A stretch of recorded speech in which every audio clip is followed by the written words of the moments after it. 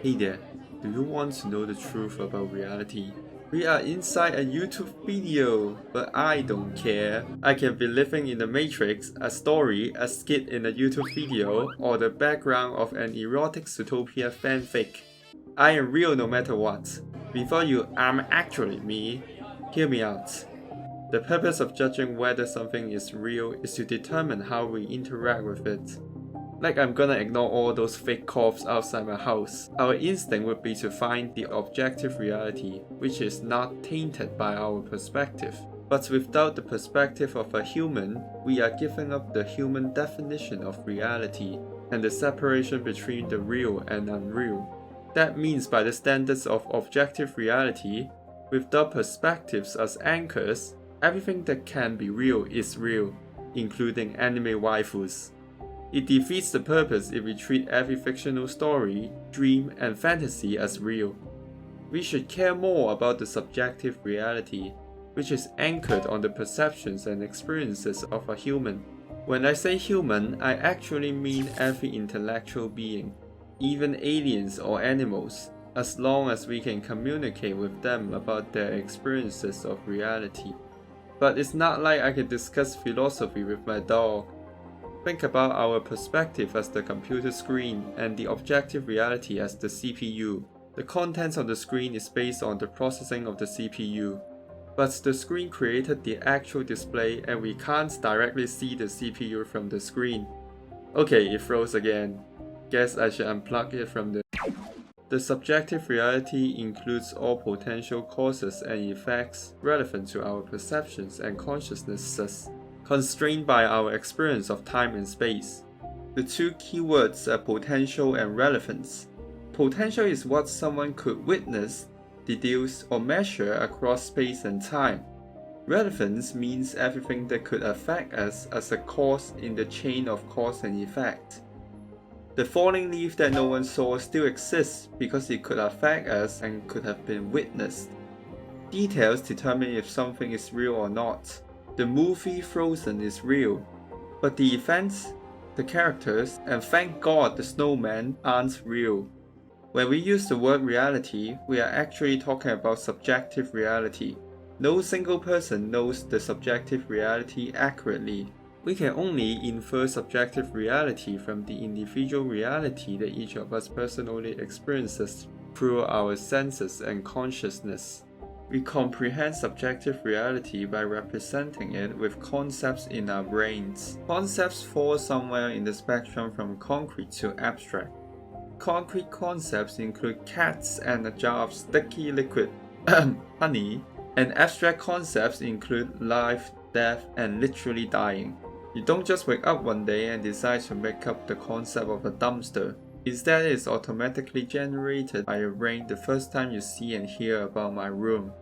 Most concrete concepts have physical forms. Even atoms can be visually represented. Concepts are the hidden understanding of reality at the back of our brain that can be articulated with language and images, similar to a ghost only seen in low-resolution cameras. A single concept can be represented by a variety of languages and images. As we better understand the patterns of the world, our concepts become more refined. The concept of electrons is more useful for explaining lightning than the concept of Zeus. A conscious entity could be controlling lightning, but currently the concept of electrons explains the phenomenon of lightning better and helps us deal with it better. Thanks to the concept of electrons, we can visualize how lightnings are produced, create lightning rods, and get free electricity. The concept of Zeus only reminds me of the time he turned into a bull to kidnap a girl for sex, love. Every concept has a behind-the-scenes structure called schema. Concept is the basic building block of meaning or mental representation, and schema is how the concepts are organized and relate to one another. The schema of cats is a network of components like forelegs, pointed ears, a tail, fur, whiskers, proud, ungrateful, and perpetually plotting a human genocide. Wait, not all cats have 4 legs and furs, but we still recognize them as cats. Our subjective creations, the schemata, can be generalized and biased. Different concepts can be expressed with the same word or image, but they are considered separate concepts as long as our brains think they are separate. For example, the word cat can express both the cat category and each specific cat. In any case, the schema behind the concept helps us identify and interact with cats. We know cats generally love milk, kill mice, don't take fall damage, and pose no harm unless we let them sneak up behind us. Each person's schema varies even for the same concept because schemata were automatically formed from our unique life experiences, emotions, and thoughts related to the concept, which means they don't match the subjective reality perfectly. More concrete concepts feature more overlaps between each person's schema, as those concepts have physical forms. Not everyone thinks black cats bring the end of the world, but we should all agree on what cats are. How else will we communicate and work together to create cat girls? The more abstract concepts are harder to describe with images, so there is less overlap in schemata between people for those concepts. The concept of death leans toward the concrete side when describing the end of a life. We know someone is dead when they stop moving and breathing, or when we see the kill message in chat. It leans towards the abstract side for the death of something abstract like an identity or a meme. Death is a broad concept that refers to the end of something. For at the end of a living thing, the body will eventually decompose unless you are keeping it in the fridge to create an alibi. Can we edit that out? Every atom will be recycled after death with no material gone. So what actually ended? We can say it's the activity of the brain, the heart, and the lungs, but that's not why death is such a big deal. What makes death so terrifying is the possibility of the end to our consciousness, our sense of self, and our experience as a human being. Unless it isn't. The fear of death is one major reason for the concept of the soul. It gives us hope that an intangible core of ourselves extends beyond death. After we die, we still exist in the past and others' memories, but that's not our real desire. We want our subjective experience of consciousness to continue forever beyond death. Well, if there is an afterlife, I hope there's Wi-Fi, because yes, I'm part of the brain rot generation. Another big reason for the concept of the soul is to believe that we are special, that we are not just a chunk of cells and atoms clumped together. We are special because we gained consciousness. So the soul should be our consciousness. Ultimately, the existence of the soul depends on how we define the soul. As we look deeper into abstract concepts, we realize how subjective our perception of reality is. The divide between natural and artificial is artificial. We come from nature, so everything we make should be part of nature. But no, skyscrapers, man caves, or this, all are natural. That's when beavers also build structures. They are only too broke to afford concrete. Let's say wildcats invented a poison to wipe out all humans one day. That wouldn't be natural. Everything that fits our perceived status quo of nature is considered natural.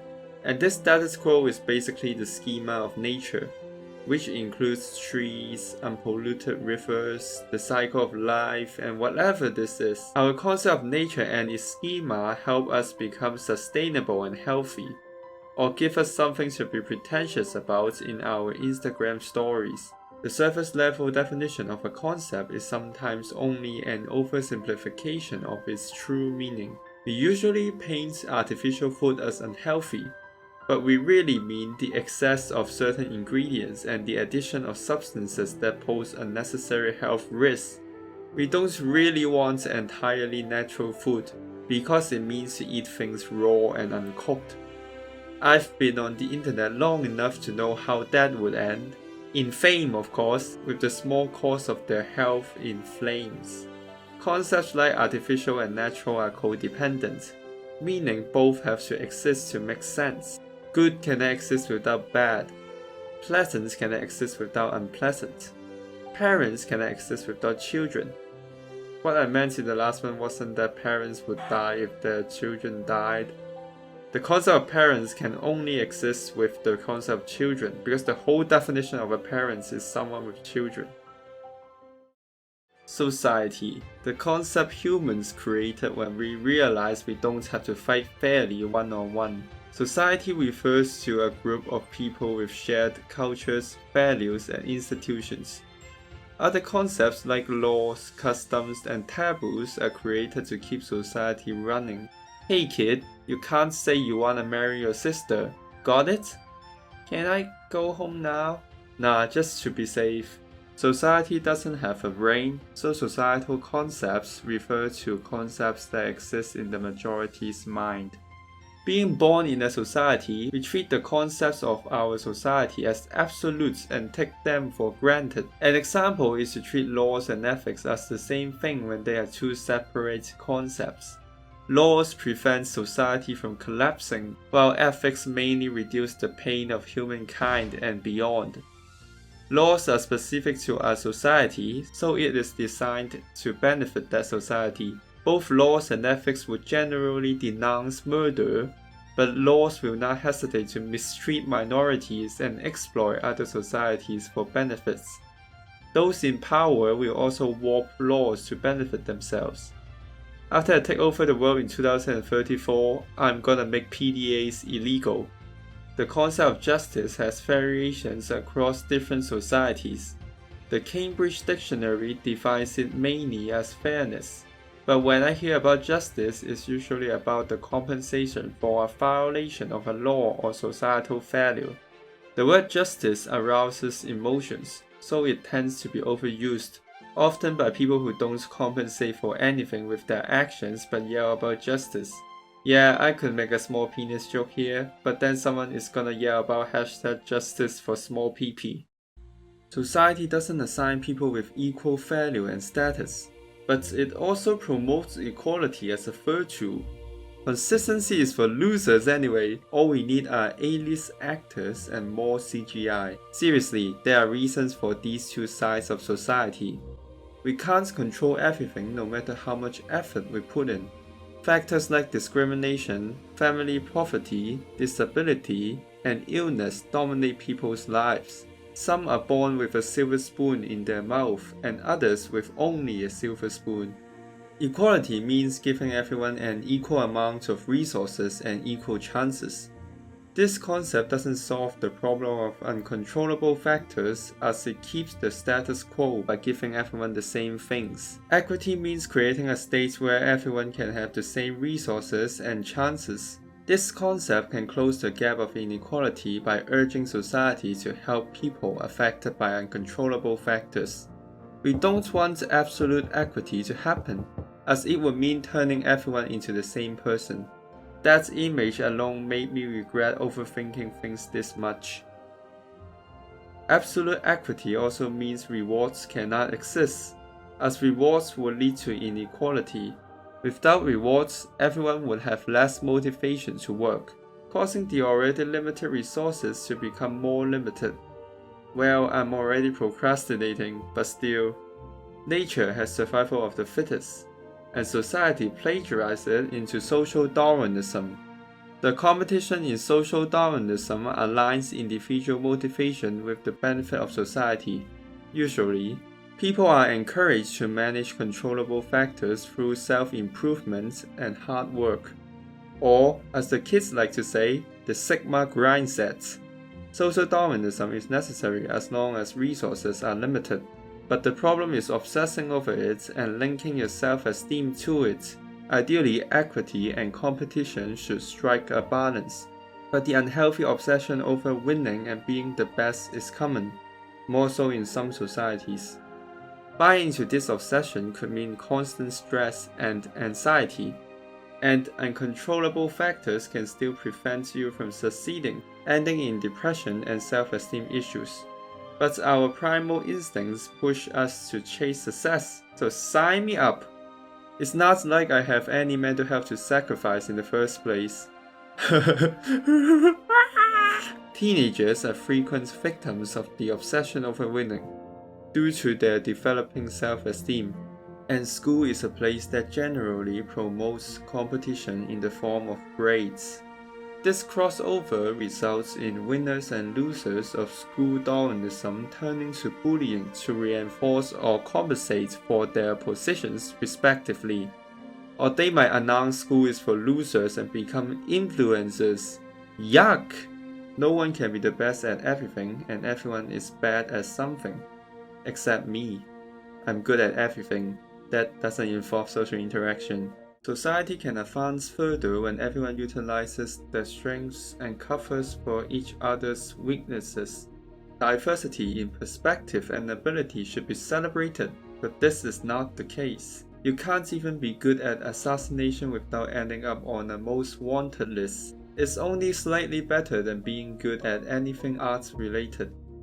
Normal is a concept describing what the majority of society is like and would do. Our perception of normal is defined by our impression of the majority, which explains why people declare that they have an unpopular opinion before giving the most common take possible. Humans survive best in groups, so we have a basic desire to fit in.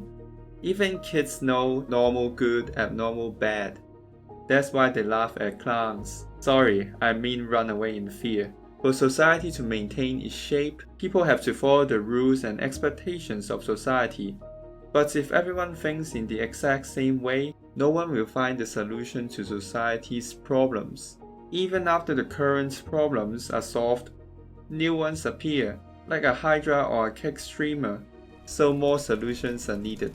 Groupthink was necessary for survival in harsh environments in the past, as we can't exactly argue whether Jujutsu Kaisen is made while being chased by a bear. But now society is more stable for diversity in individual thinking. This is where the paradox of human nature comes in. We want to fit in, but also want to find and maintain our individual identity. Rebelling against the current norm of society, usually by the younger generation, is the key to creating a new norm and finding novel solutions. Now, tell your grandparents that all this talk about skippity risk gats is for a better future. But not all rebellions lead to a solution. And how do we define a better future anyway? All we can do is let different ideas clash until some prevail. Ideas can combine and improve through contact with other ideas, or worsen in an echo chamber. Bad ideas won't collapse society as long as we examine them critically and don't conform mindlessly. Remember the analogy of if you give a monkey a phone, it will eventually type a Shakespeare. Create a viral TikTok. It takes just one idea among all the various unique ideas to change society for the better. Most likely, we will reject every change. So it's up to the next generation with their fresh perspectives to find the great ideas and hopefully reject the horrible ones, like those gender reveal parties. Many key concepts in society persisted over time, but their schemata, which includes societal values, systems, and rules, had changed drastically. The concept of a government has existed for thousands of years. But now most leaders no longer pass their seats to their sons. Also, they don't engage in polygamy and incest anymore, at least not openly. You never know what politicians do on some island. For a better society, we have to promote individuality and the collective at the same time. The concept of self may just be the most important concept to us. The self consists of our body, memories, identities, behaviors, emotions, and thoughts. Yes, including those embarrassing cringe memories that you want to destroy. We clump all those subjective components together to create the concept of self. Like how we define a collection of servers as the internet and the hive mind on it as the internet. The self changes every moment, so we are technically different from our past selves. A life hack would be committing a crime and telling the cops that your past self did it, not you. But surprisingly, that doesn't work. A society still recognizes you across time as one person, and it expects your past self to treat your future self as the same person too. Does that sound more confusing than the FNAF timeline? The point is we agree to treat the different selves through time as the same person. as that's how we experience time and the sense of self anyway. Every aspect of the self is shaped by genetics and past experiences. The world works in cause and effect, where the self is the outcome of near infinite causes. At the same time, we are the ones who consciously make our decisions. We participate in the wheel of cause and effect. Free will both exists and doesn't exist, like that singular sock I never seem to find. The paradox comes from the assumption that the self is separate from the universe. But we are part of the universe, so the universe and we are both involved in our decisions. Like how the water molecules and the ocean are responsible for drowning me, so I'll sue them both. Still, free will and freedom are useful concepts. The concept of free will contributes to the cause and effect because someone who believes in free will would be more active than someone who doesn't. Those who are active are in turn more likely to reach a result they desire. That's why we have to assume we have free will. Like how Gooners assume their favorite Twitch streamer is single. The concept of freedom is similar in that absolute freedom is impossible. We can't be free from our limitations, needs, ourselves, and the laws of the universe, but we can still feel free. We can still promote diversity in thinking and stop trying to control others. That is what freedom is really about. We should at least grasp this little freedom because our limitations already restrict it. I talked about controllable and uncontrollable factors, but in reality everything has different degrees of controllability. Not a clear-cut divide between controllable and uncontrollable. We have the most control over ourselves and our actions, as we can't change the outer environment at will, despite what TikTok wants you to think. Even then, we constantly lie to ourselves to protect our self-esteem and core beliefs, or to run away from ideas too scary to accept. Remember when you resolved to cut down on sugar and still stuffed yourself with ice cream later that night? We are the puppets of our emotions, assumptions, biases, and other self-deceptions. Luckily, we can learn to deal with them, strengthening ourselves with skills like emotional regulation, mindful awareness, and critical thinking, or just give up and post another brain-dead Twitter take. Like free will, believing in our ability to control ourselves helps us get closer to what we want, as our actions contribute to the causes and move the outcome. If the world truly follows the rules of cause and effect, there can only be one possible outcome. We can't see all the hidden causes, so we use the concept of probability to help us guess the outcome, and use the concept of random to represent factors we aren't aware of. Even with our best guesses and best efforts, external factors can still push us away from the outcome we want. Some people will do nothing and blame the outcome on only external factors, or to protect their self-esteem or justify the lack of effort. I swear it's not my fault that my car crashed, it's the road's fault for having turns. We have to do our best and accept whatever outcome we get. Our abilities are limited, but we can still make the most of them by believing in ourselves. This is not just a message from a cliché kids show, but about self-fulfilling prophecies. If we believe in a self-image or identity, our actions and thoughts will lead us to fit that mold. Stereotype threat describes a situation where a person is aware of a stereotype towards their group. And no matter how untrue that stereotype is, the person would act out the stereotype. The positive version of stereotype threats is believing in our best selves to get closer to perfection.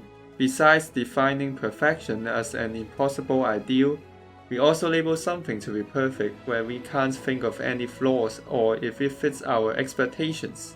In all of these cases, the concept of perfection acts as a guidepost for us to move towards. Unless you are me, who uses the word perfect sarcastically because sarcasm is truly peak comedy that is not at all low effort. Other ideals and fantasies serve the same purpose of helping us envision a better tomorrow. At the same time, we should understand that ideals are often close to impossible to achieve. World peace is impossible as long as humans are selfish and resources are limited. But the ideal of world peace can lead us to choose a peaceful method whenever possible. It's not naive to have ideals, but it is naive to think those ideals can be easily achieved. Like saying the energy crisis can be solved by producing energy with hamsters on wheels. Besides ideals, humans also seek meaning, probably because of our never-ending desires. After fulfilling our desire for survival, we now want a purpose or a meaning in our lives. What's a high-maintenance species? So I suggest you break up if you are dating a human. Nihilism claims that life has no meaning. That is partially true. Nothing had meaning before we created all the concepts and schemata. In other words, meaning. We can define the change we experience that links moment to moment as a concept called time. We can create abstract concepts like society and self that have more meaning than their parts. So why can't we define the schema of our own life to include a meaning of life? Viktor Frankl said it best in his book Man's Search for Meaning. Those who have a why to live can bear with almost any how. With that mindset, he survived the concentration camp in World War II and later went on to reanimate a corpse on a dark, stormy night. The meaning of life has its purposes, to help us live life or even to give us a goal to strive for. I'll keep my meaning of life in mind the next time I'm painfully forced to leave my house. Existentialism asks us to create meaning for ourselves. We already created many concepts and their schemata, including the pointless reasons why we can't create meaning. This is like when a kid asks why his mom is posting everything they do to Instagram and the mom replies, "Because I said so." Truly a model parent. Oh, I forgot the slash. Yes, we live on a planet that is so small even to our galaxy and no one will remember us after 1,000,000 years. But that's just survival of the fittest brainwashing us to obsess over comparison. No one said that being insignificant would prevent us from creating meaning. Yes, our destiny and fate are set in stone by our genetics and life experiences. But we are still involved in writing our own stories and don't even know the future. If you want the universe to give you meaning, congrats, you are part of the universe. We can also live without meaning and take life less seriously. That is what I told the judge during my trial for downloading a car. Obviously, I was released without charges. To feel that a life without meaning is not worth living is also something we made up. No one can deny our choice to have or not have a meaning in life, just as no one can deny the overflowing humbleness I observe in myself. Creating or finding meaning is easier said than done, because first we have to convince ourselves emotionally that the meaning is worth our lives. Whatever we choose, our meaning of life is important enough that we might hurt others to protect it, so we should be aware of its power over us. Some people are against treating religion as a meaning of life because of the validity of religion. By some people, I mean r/atheism or those who use atheist and intellectual in the same sentence. The question of whether a religious belief is valid or not is actually composed of smaller questions. Whether religious stories really happened in the past, like if Judas reported Jesus as the impostor, whether the higher being or beings endorse the values promoted by the religion, like whether cheating on my wife is a sin when both girls are from my imagination, whether religious practices please the higher being or beings, whether those beings can influence factors that are usually out of our control, like would prayer help me finally get a match on Tinder without the annoying step of making a profile, whether there is an afterlife and what kind of afterlife it is. Hopefully, I won't keep the back pains that my future self will definitely have. Thanks for saying that, bud.